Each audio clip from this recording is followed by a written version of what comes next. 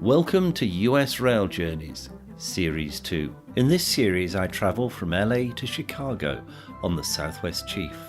Then from Chicago to New Orleans on both Amtrak's City of New Orleans train and a rail replacement bus. I then travel back from New Orleans to Los Angeles on the Sunset Limited. I also get to travel on the San Joaquins, the Coast Starlight and the Pacific Surfliner, in all over 6,300 miles in 14 days. Episode 15, where we leave Houston in the early evening, travel through the night through San Antonio, and then on in the morning towards Alpine in Texas.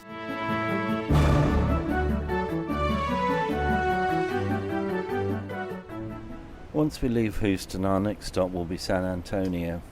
The San Antonio stop is of significant length, allowing the train to catch up on its schedule. Interestingly enough, it's only another 210 miles, but we're not due there for another 6 hours. 35 to 36 miles an hour seems a good average so far for this train, but I was told that the tracks between Beaumont and San Antonio are pretty rough, and therefore the trains have to proceed at a very sedate pace.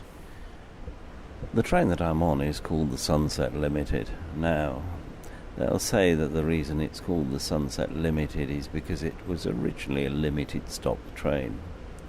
However, I have a feeling it's called the Sunset Limited because ever since we approached the border or the state line to Texas, the clouds have been grey in the sky, and I haven't seen the sun at all, so I'm not going to be seeing the sunset either. As we pull out of Houston in the gathering gloom of the dusk, we're now about 30 minutes late at 7:25. The train is accelerating, and I'm hopeful that I'll be getting my dinner in a very short time. We're passing a very large yard of emergency services, fire services, ambulances by the look of it. Interestingly enough, it's next to yet another car scrapyard. This card will show you how to use the exits and safety equipment aboard the train if they are required. We also ask that you keep one hand free with handrails and seatbacks for support, and when walking through the cars we ask that you hold on to the candy strap handrails. Also, ladies and gentlemen, for your safety, you must wear shoes at all times when walking about the train, and please remember that exterior doors and windows are to remain closed at all times, unless so by an Amtrak employee or in an emergency. Also, ladies and gentlemen, for those passengers that have small children, we ask that you please keep them close to you, prevent them from running, jumping, or climbing. The train will occasionally move side to side, forward and backwards, and it is easy for them to get hurt, so please monitor your children's whereabouts at all times. Also, ladies and gentlemen, Amtrak train number 1 is a non-smoking train. Ladies and gentlemen, there is no smoking aboard Amtrak train number 1. If you are caught smoking, you're subject to removal. Please do not smoke anywhere aboard Amtrak train number 1. Next smoke break stop, ladies and gentlemen, will be San Antonio, Texas. San Antonio is just shy of 4 hours, ladies and gentlemen, from here. You will be able to step off the train, smoke cigarettes, simply stretch your legs there in San Antonio. All your bathrooms, ladies and gentlemen, are located in the middle of each car and down the stairs, right there where you boarded the train. Once again, all your bathrooms are located in the middle of each car and down the stairs, right there where you boarded the train. A lounge car, ladies and gentlemen, the lounge car is located in the middle of the train, forward of all coaches, directly to the rear of the sleepers. Once again, ladies and gentlemen, San Antonio, Texas will be our next scheduled station stop. Welcome aboard Amtrak train number 1.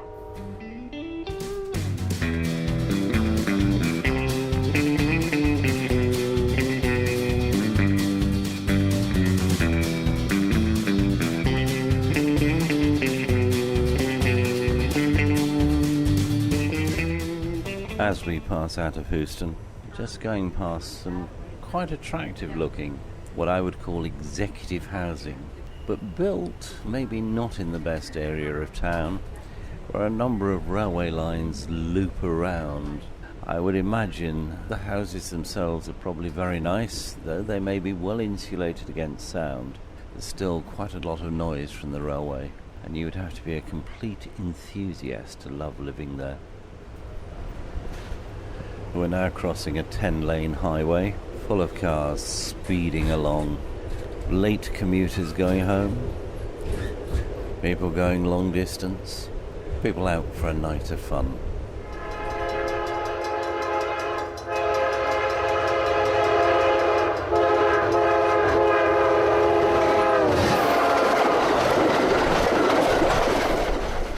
It's 7:45 in the morning. The sun is starting to come up as we travel through Texas. We've just restarted from our stop at Del Rio. That suggests to me that at 742 miles into our journey, we're running about 2 hours late. In all the little dips that I can see from the window, we're travelling through a green but scrubby countryside with mist lingering in them as the sun comes up this morning. I've just had breakfast. We've been travelling along through the mists, which have now cleared in the sunlight. It was almost kind of eerily Lakeland British, the mists, but now we're definitely anywhere but the British lakes. I'm having a chat with a guy who's a stand-up comedian. Good morning. Good morning. Why are you on this train? It's complicated, but in a nutshell, my wife's giving me a 3-week reprieve from being a father to 5 children, and I got tired of being around my in-laws. Where is home? I was born in the East Bay area in Walnut Creek, California. Grew up in my early years in Salinas, California, and finally settled near Lake Tahoe, Pollock Pines, California, population 4,000, elevation 4,000. Yeah. And do you like rail travel? Tremendously, yeah. I studied international and area studies at Brigham Young University in Utah in the mid to late 90s, and I would always take the train from California to Utah up over Donner Summit, beautiful snow-capped mountains, out into desert. Anytime I hear a train horn blowing, it's like the winds of change or something. It's very transcendental. Which is your favorite rail journey in the US? I like the coastline of California from San Diego all the way up through to the Golden Gate Bridge. It's just breathtaking. But honorable mention to that section going over Donner Summit in the winter is hard to beat. Yeah. I've done Donner Summit in October, and it was stunning then, so I would imagine in the snows it must be unbelievable, unless you get stuck. Yeah, there was a party up in Donner that you don't want to go to. Actually, I've got a very short, funny story about that. My first stage time before being a comedian, I was in a speech competition, and it was about the Donner Party, and I was supposed to go 7 minutes, and I had about a minute remaining, and I said, trying to stretch the time, I said, I mean, how would you like to starve? One old-timer kind of going, that's a real, yeah, really made him think. I think it probably did. Thank you very much. So we're deep in the heart of Texas. It's a beautiful morning. Blue sky with 1 or 2 wisps of clouds. A yucca there in full flower. The beautiful tower of white flowers. There are a lot of them beside the railway as we go along. This is rugged countryside. In addition to the yuccas, we've got lots and lots of cacti. I wouldn't like to get thrown off the train into all those prickly spikes. The rock formations opposite, they almost look as though at one stage someone might have quarried them. But I don't think that's true. I think that's just natural weathering. We're currently passing a freight train, 3 locomotives on the front and double-stacked containers on all the cars. On and on and on. The freight train waiting for us to pass. Our last stop was at Del Rio, approximately 2 hours late. We should have been there way before my waking up time, but in fact we got there just as I was waking up. To tell you how far out we are from civilization at the moment, I've just looked at my phone and it's got the happy message, no service.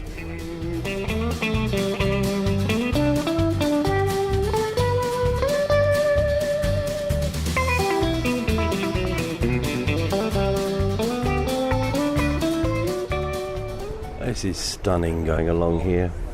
We've got the plants, we've got the rocks, we've got the dryness, and I've just seen, is it a buzzard, a vulture on a fence post?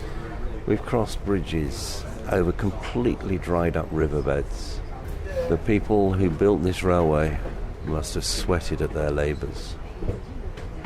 On one side we've got the hills, and on the other side, as we go through a cutting, you can see for some miles. After I went to bed last night, and I did sleep well, our first stop was San Antonio. Scheduled for just after midnight for a 40-minute stop, we arrived quite a lot later. They had hoped that we would catch up on our schedule at San Antonio, but considering we're still an hour and a half to 2 hours late, it doesn't appear that that happened. San Antonio is a cultural and geographic gateway to the southwest. It is best known for its riverwalk lined with restaurants, bars and shops. The Alamo, the Tejano culture. It is the 7th largest city in the US. Sadly, few of the 20 million tourists visiting the city each year come by train. The station, opened in 1998, saw 57,050 passengers in 2017. That was an increase of 7.7% on the year before. The Fairmont Hotel, built in 1906, is in the Guinness World Records as one of the heaviest buildings ever to be moved intact. Notable natives and residents have included actors Joan Crawford, Olivia de Havilland and Tommy Lee Jones. We should have reached Del Rio at nearly 6 o'clock in the morning. However, I was awake just before we got there, and it was nearer 7:30. Good morning, ladies and gentlemen. This is Kenny from the dining car.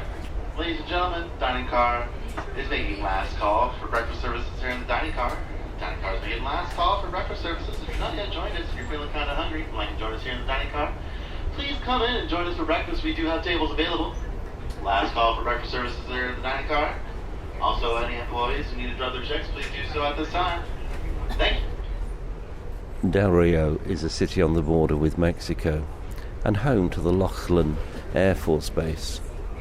In 1962, it was Laughlin-based U-2 photographic evidence of land-based nuclear missile installations in Cuba that touched off the Cuban Missile Crisis, which at the time many thought would lead to war. 3 border patrol stations in the town are also large employers. The Valverde winery, founded in 1883, is the oldest in Texas's wine industry. The station opened in 1876 and is used by the Sunset Limited and Texas Eagle Amtrak trains. 2,385 passengers transited the station in 2014.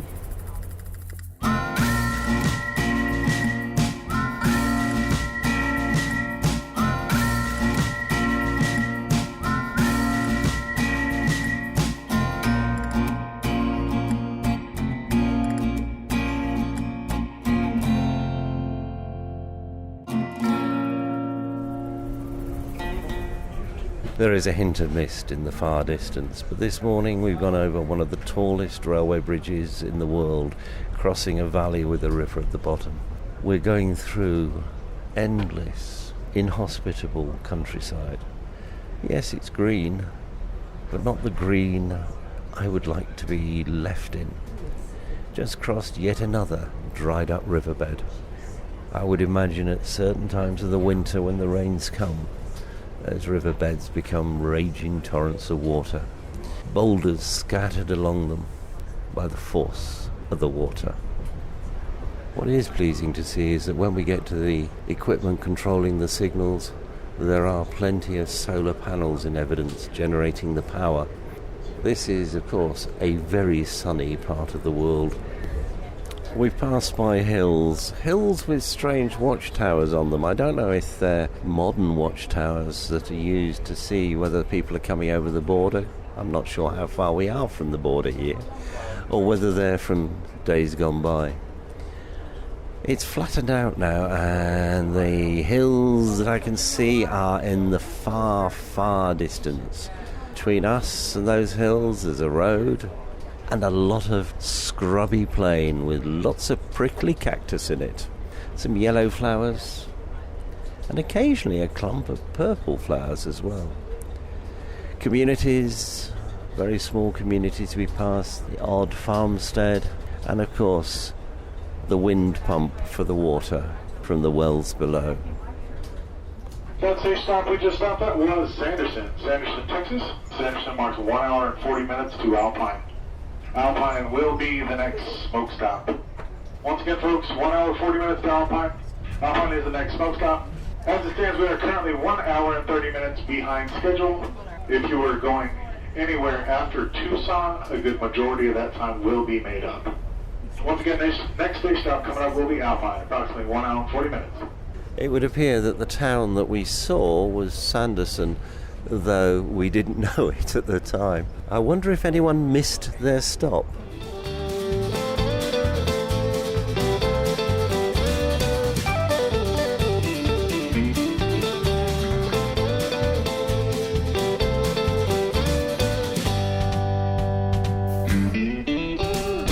We're making reasonable progress, bouncing along quite cheerfully. It's much drier where we are now, far less leaf in the scrub. Just seen a man in the cafe car, sat there with 2 miniatures of a well-known bourbon and also a can of Coke. No glass. So I'm not quite sure how he's drinking it. Maybe he's taking a swig of one bottle and a swig of the can. I don't know. It's scrubby, but with lots and lots of little hills. Very rocky.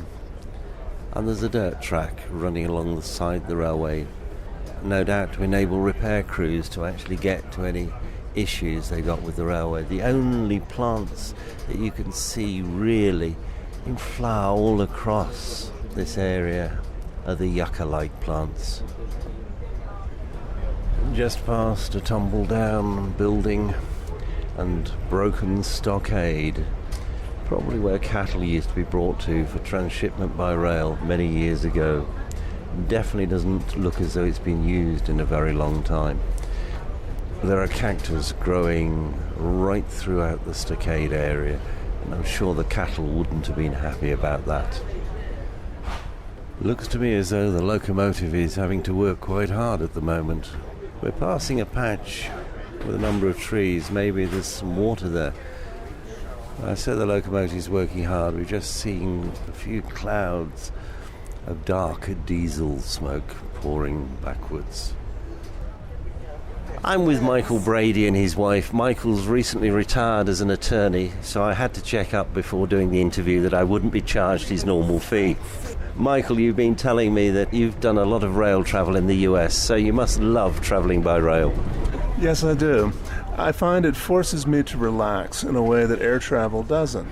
So, for example, this route we're on is from New Orleans, Louisiana to Los Angeles, California. It takes 48 hours and it makes 5 or 6 stops. Much of the way, there's no wireless, so you're forced to slow down, to read books, to engage in conversations, as we've just been doing. Is this your favorite route, or do you have other favorites?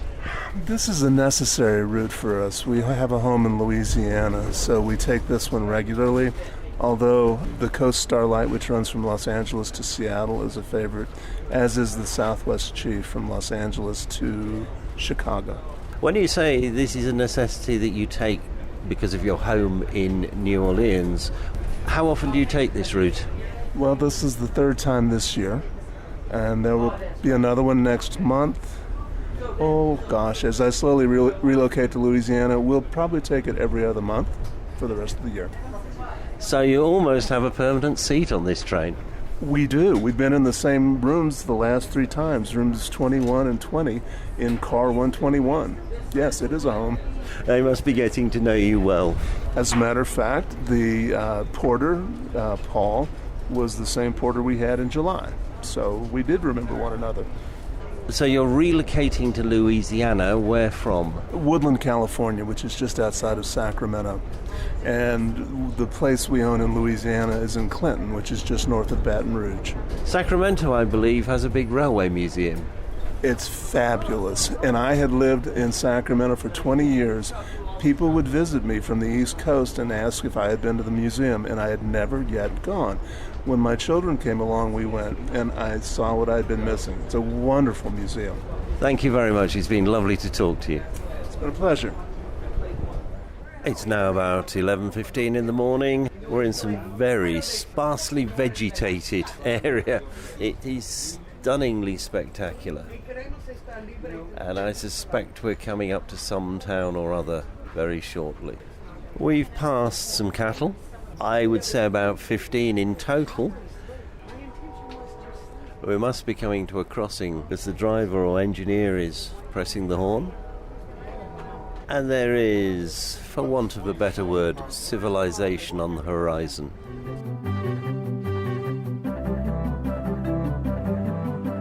This podcast has been produced by the Mr. T Podcast Studio.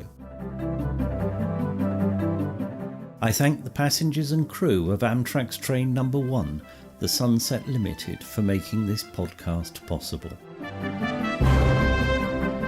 Thank you for listening. Please join me again in 2 weeks.